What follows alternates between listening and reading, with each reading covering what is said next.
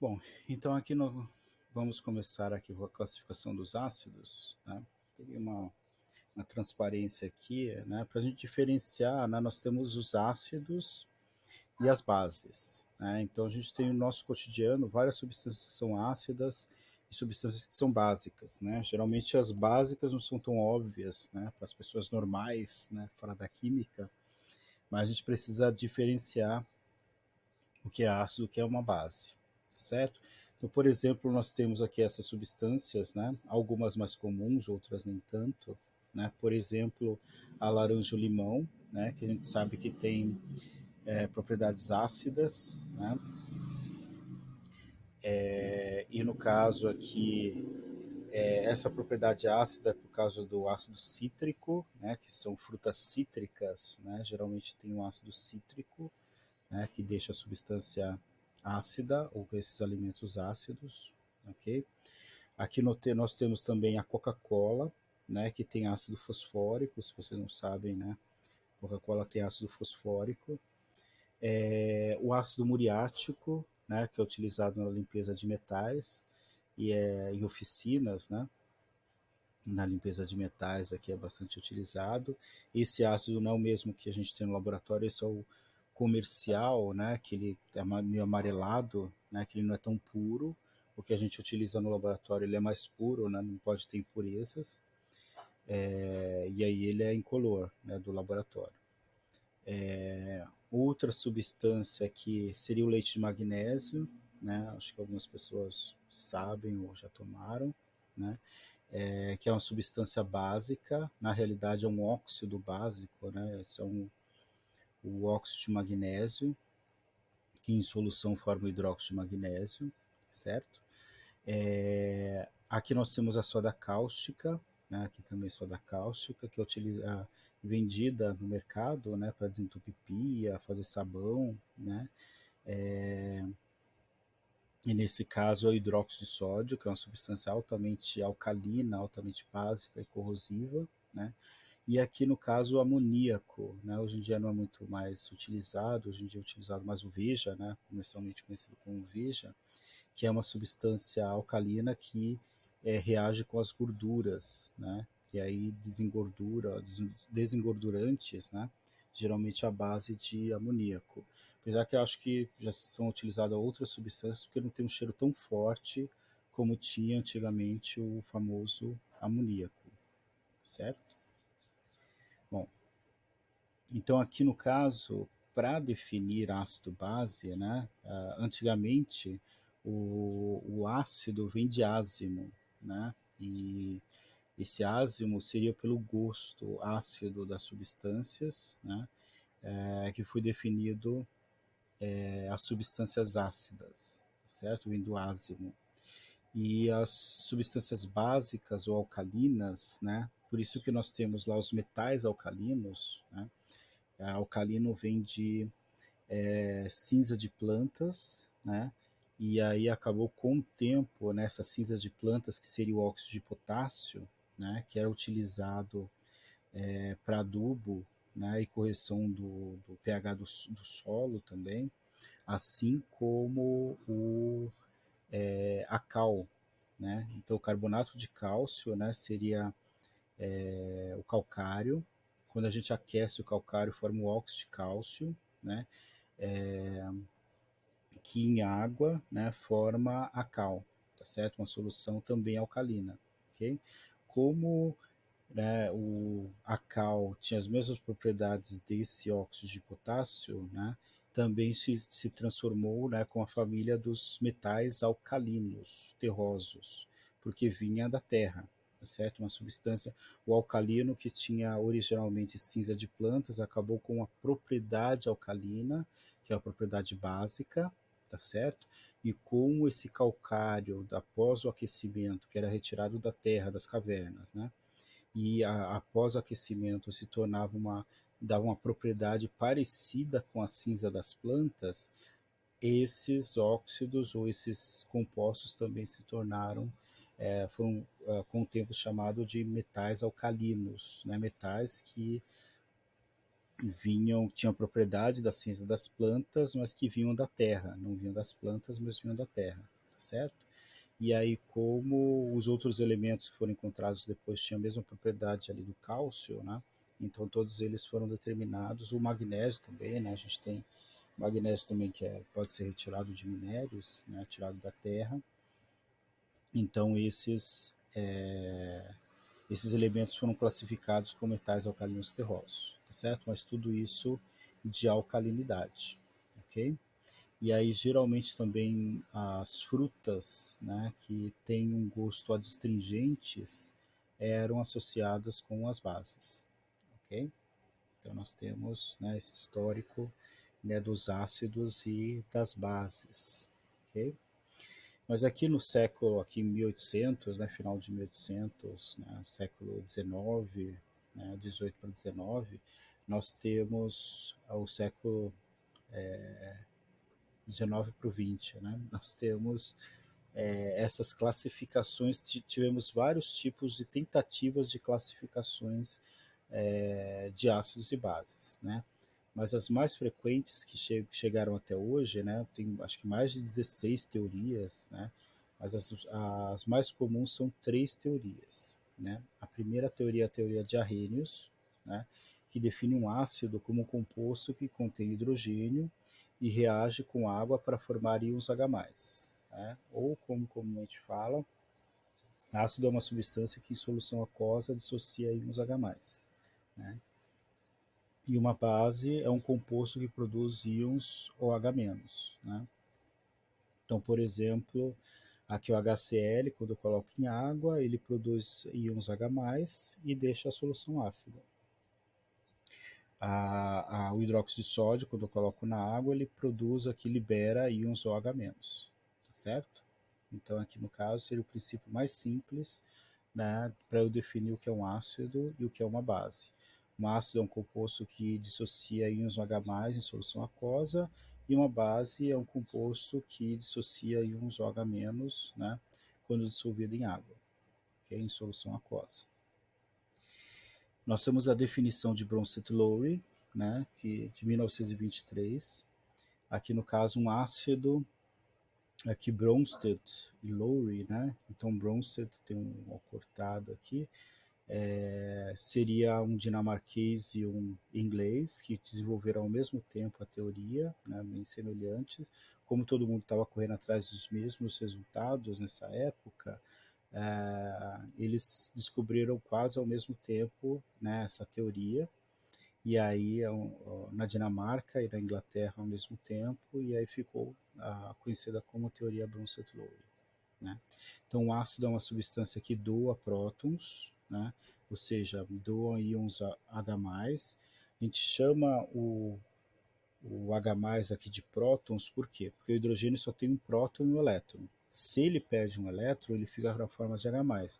Só que como o hidrogênio é formado só por um próton e por um elétron, se ele perde um elétron, só sobra um próton. Né? Então a gente às vezes chama do H+ de próton, certo? Que é só uma partícula lá do próton, porque se ele perder o elétron, sobra só o próton. Okay?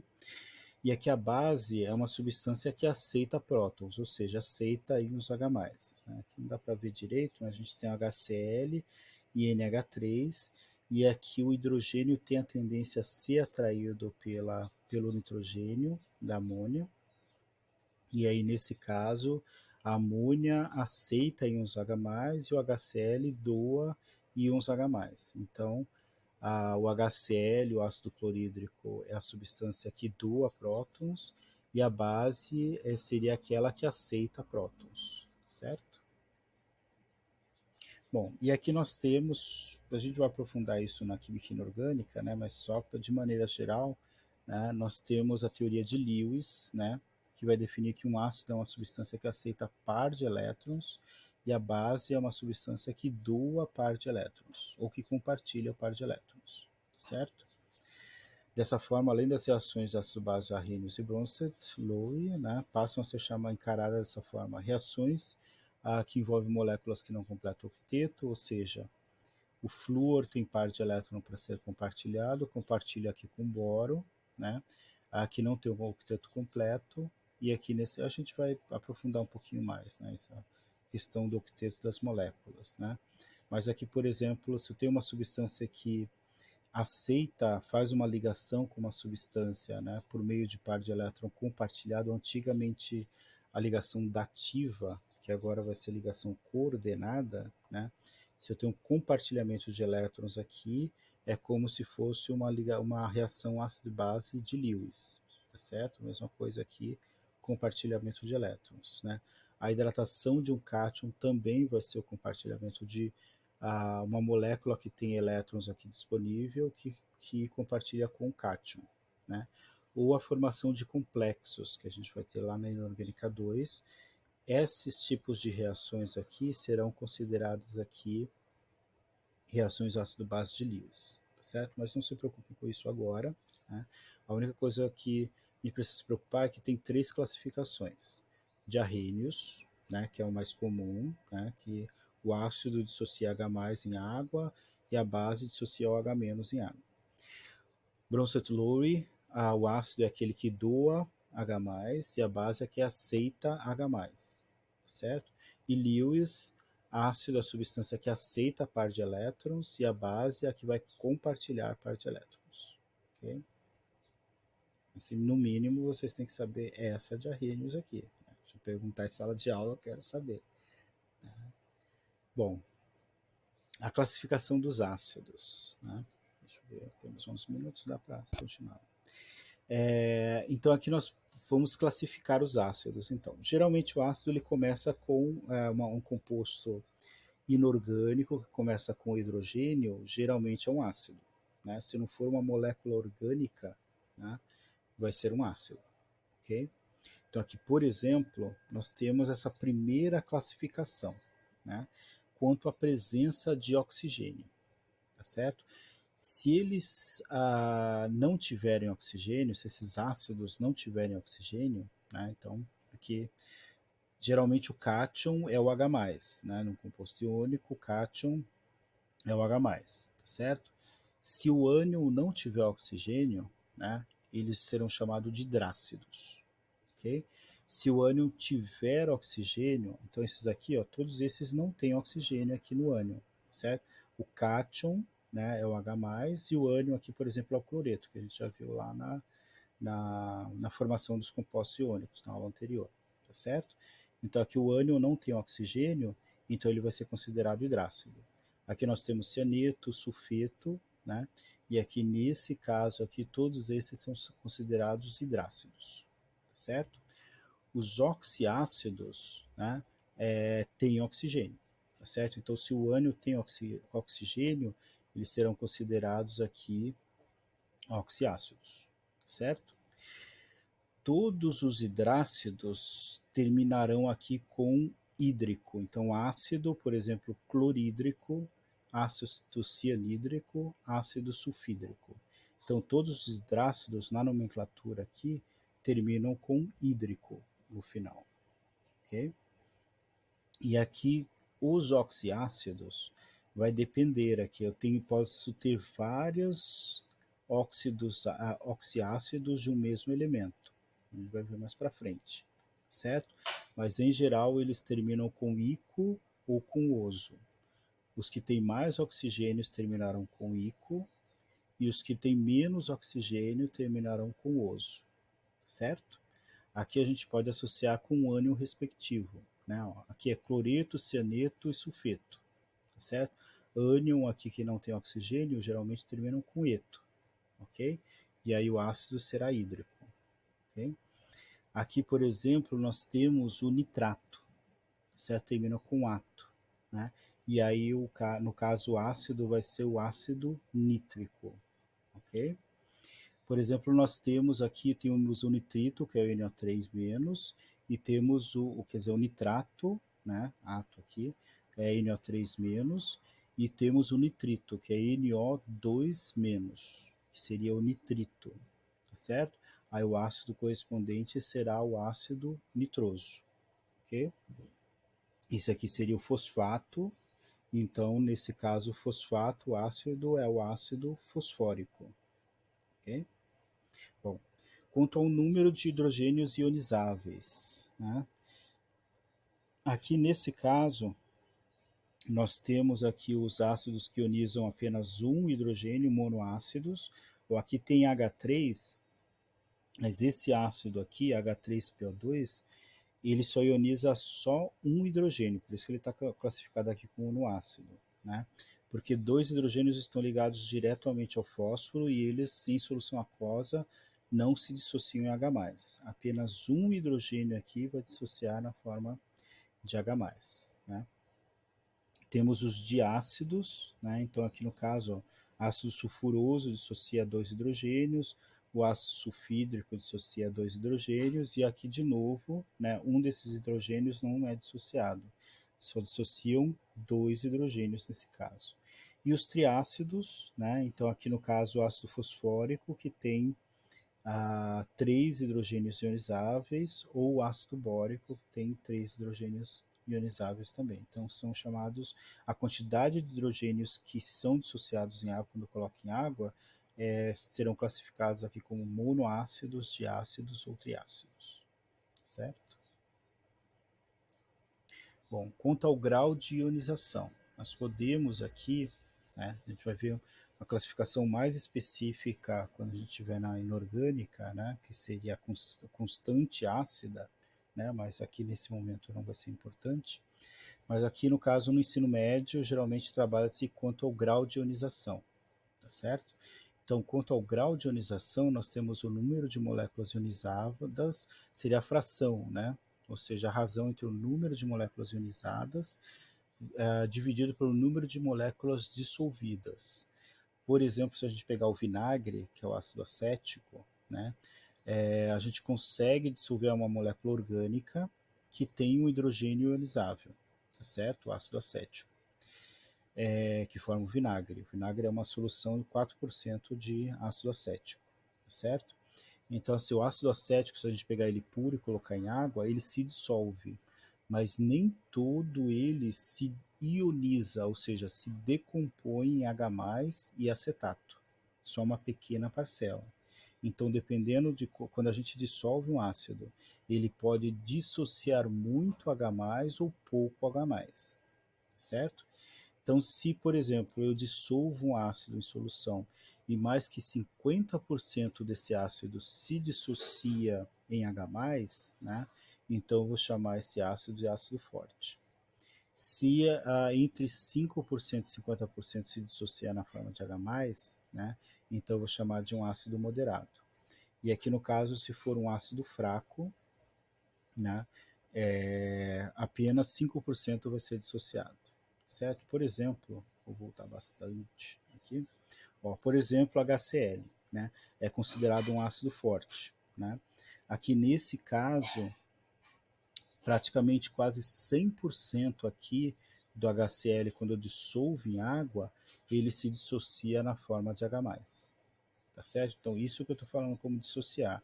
Na fórmula gasosa, né, então esses dois estão ligados covalentemente, quando eu coloco em água, ele se dissocia em uns H+ e Cl-, tá certo? Então, se ele permanece nessa forma aqui, quando mesmo colocando em água, né, ele dissocia pouco. Mas se ele se dissociar mais do que 50% da molécula em H+, significa que é um ácido forte, certo? Então, por isso que nós temos aqui essa classificação. Então, aqui para os hidrácidos, né? Nós temos HCl, HBr, HI, né? E eles são considerados ácidos fortes, né? O HF, um ácido moderado, e todos os outros hidrácidos são considerados ácidos fracos. Por exemplo, ácido cianídrico, ácido sulfídrico e qualquer outro, né, hidrácido que a gente se deparar, geralmente é um ácido fraco, certo? Só esses halogenados, né, ácidos halogenados, que são mais fortes, ok? Para os oxiácidos, aí é um pouco mais complexo, né? Eu tenho uma formulinha, né, que tem algumas exceções, né, mas de maneira geral tem o cátion aqui, o número de hidrogênios, né, e o número de oxigênios aqui, certo? Ou eu posso classificar aqui como o número de o X como número de hidrogênio ligado ao oxigênio, se eu sei da estrutura do ácido, né? E o N aqui vai ser o número de oxigênios não ligados a hidrogênios, tá certo? Mas aqui, de maneira geral, se eu pegar aqui o número de hidrogênio, quer dizer, o número de oxigênio menos o número de hidrogênio vai ser igual a N, certo? Mas para a gente classificar um pouquinho melhor, a gente precisaria da estrutura, né? A fórmula estrutural que a gente vai aprender lá a geometria molecular, tá certo? Que vai ser no segundo bimestre, para analisar um pouquinho melhor. Mas por enquanto, eu posso fazer essa formulinha, a formulinha. Número de oxigênio menos número de hidrogênio, e aí eu tenho a classificação dos ácidos. Então, 4 menos 1 vai dar 3, então esse aqui é considerado um ácido muito forte, o ácido perclórico, certo? Aqui no caso, 3 menos 1 dá 2 e 4 menos 2 dá 2. Então é considerado um ácido forte, né? Então ácido clórico, o ácido sulfúrico, um ácido forte, né? Ácidos moderados, então 2 menos 1 ou 4 menos 3 vai dar N igual a 1, então ácido moderado. E aqui, se a diferença for zero, né, um ácido aqui hipocloroso, o ácido bórico, né, aqui no caso 3 menos 3 ou 1 menos 1, né, vai dar igual a zero, então é considerado um ácido fraco. Né. Aqui uma exceção, ó, já começa com uma exceção, nós temos o ácido carbônico, né, que apesar de ser aqui a diferença ser 1 aqui, ele é considerado um ácido moderado, certo? Quer dizer, considerado um ácido fraco e não moderado, ok? Bom, os ácidos instáveis que se decompõem. Então, o ácido carbônico, como coloco aqui, aparece essa tarjinha aqui. Mas o ácido carbônico, por exemplo, ele se decompõe em CO2 e água, né? Então, sempre ele tem a tendência a se decompor.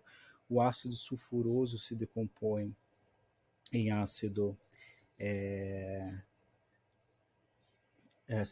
o ácido sulfuroso se decompõe em água e dióxido de enxofre, e o ácido tiosulfúrico se decompõe aqui em água, enxofre e dióxido de enxofre, certo? Bom, e aqui, isso aqui não vai ser importante agora, mas já que a gente está com os ácidos, né? Só para a gente classificar ou para determinar se uma solução é ácida ou básica, ou se um composto deixou uma solução ácida ou básica, a gente pode medir o pH, né? Que é muito divulgado na mídia, né? Teoricamente, vocês estudaram no ensino médio também, mas aqui no caso nós temos os conceitos de pH, né? Sabonete com pH neutro, né? Assim por diante. Na realidade, o pH não é neutro, né? pH é um número, né? A substância que é neutra ou deixa a solução aquosa neutra, né? Não existe pH neutro, né? Os engenheiros chamam de pH neutro, mas os químicos falam que pH é um número e o número é 7, acima de 7 ou abaixo de 7, né? O meio que está neutro, tá certo? Ou o meio está ácido ou o meio está básico. Não existe pH neutro, ou pH ácido ou pH básico, né? Então aqui para facilitar o trabalho, né, a concentração de H+ e o H-, evitar de grelhas muito distintas, nós utilizamos aqui o conceito de pH, que depende da concentração aqui dos íons H+, quanto de H+ se dissocia na solução. E nós temos o íon hidrônio porque H+ em água se associa com a molécula de água e forma essa molécula aqui. Nesse caso aqui, quanto maior a concentração de H+, né, mais ácida é a solução e menor vai ser o pH, certo? A mesma coisa aqui com o H-, né? Quanto maior a concentração de OH-, mais básica é a solução e menor vai ser o pOH, né? Geralmente a gente trabalha só com pH, tá certo?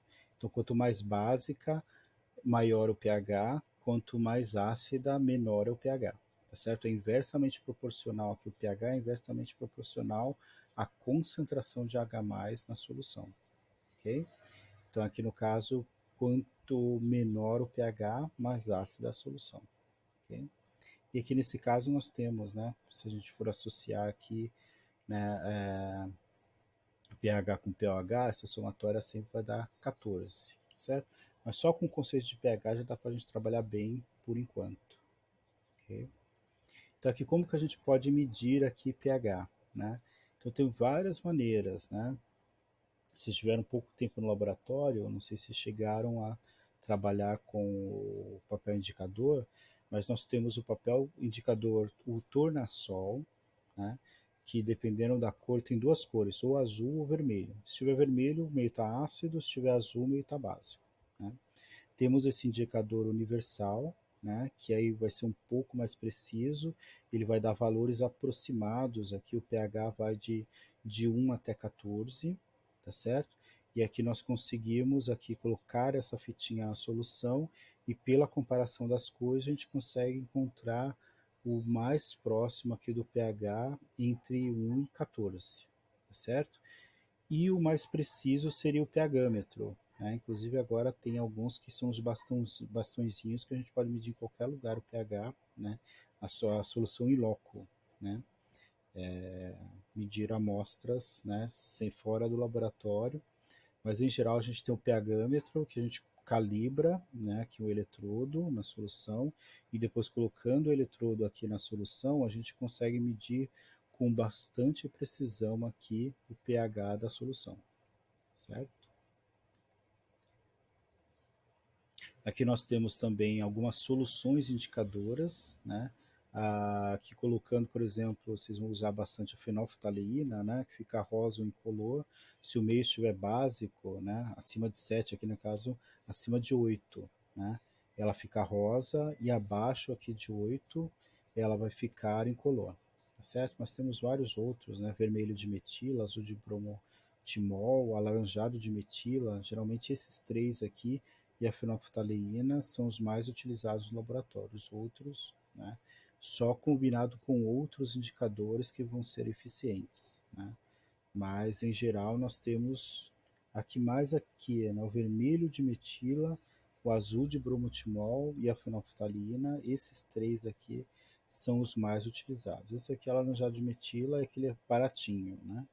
Mas assim, de maneira geral, a gente tem esses quatro, mas tem vários outros, né? Inclusive, dá para fazer com repolho roxo, fazer em casa, né? Com repolho roxo, com vinho, com flores coloridas, né? Dá para fazer indicadores naturais ou com bebida alcoólica, né? Com vinho dá para fazer. O vinho, solução básica, ele fica azul, né?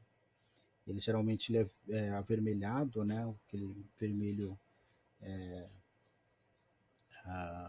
vermelho vinho, né? Porque o vinho ele é levemente ácido, né? Se a gente colocar uma base no vinho, se quiserem fazer esse teste, o suco de uva, né? Vai ficar azul. E por isso que algumas uvas, né, têm aqueles aspectos azuis, né? Por causa que provavelmente o solo está meio básico, né? E deixa aquelas uvas um pouco azuladas. Bom, de maneira geral, aqui os indicadores são ácidos também, que perdem, aqui eu só vou mostrar de maneira geral, né? Então, no meio ácido aqui, essa estrutura, né, está sendo aqui, né, está preto geralmente é o carbono, então aqui nós temos um anel, né, de carbono com os hidrogênios em branco, né, e vermelho o oxigênio. Observar só essa parte aqui, né, da molécula. Aqui eu tenho hidrogênio ligado ao oxigênio, e aqui, nesse caso, como eu falei, né, o H+, a gente fala que aqui a molécula está protonada, ou seja, está com hidrogênio. Se eu arranco H+ aqui, ou seja, o meio está básico, geralmente ele arranca hidrogênio das moléculas. E aqui nessa estrutura, ó, saiu essa parte branca, saiu daqui, né, e ele vai ter uma outra configuração. Essa outra configuração aqui começa a absorver luz e aí a substância muda de cor, certo? Esse é o princípio geral dos indicadores, né? Eles mudam de cor conforme ganham ou perdem elétrons. Se o meio está ácido ou se está básico, né? Eles vão mudando de cor. Tem uma forte influência aqui com essa perda ou ganho de hidrogênio, né? De H+, vai mudar a configuração e geralmente são moléculas absorvedoras de luz. E aí, mudando a configuração, absorve luz de maneira diferente e isso tem uma tradução visual de mudança de cor, certo? Até o final do Inorgânica 2, isso vai estar bem claro como que as cores vai mudar totalmente a visão de vocês de como ver as substâncias ou os objetos coloridos, tá certo? Na realidade, um objeto não é colorido, né? Ele só reflete a cor, a luz branca que não está sendo absorvida. Então, aquela cor não é do objeto, é a cor que não está sendo absorvida por ele. É, depois a gente aprofunda essas ideias, né, que é bem legal. Então, aqui, por exemplo, tem uma escala, né, de várias substâncias, né, ah, ácidas e básicas aqui. Então, suco gástrico, né, altamente ácido, pH próximo de 1, né? Aqui associando com o pOH e a concentração de OH-, né? Mas aqui, principalmente essa escala que eu quero que vocês observem, né, de pH nesse primeiro momento, depois a gente pode aprofundar em outras disciplinas de química, principalmente na inorgânica, na analítica, na orgânica, né? A gente vai precisar desses conceitos.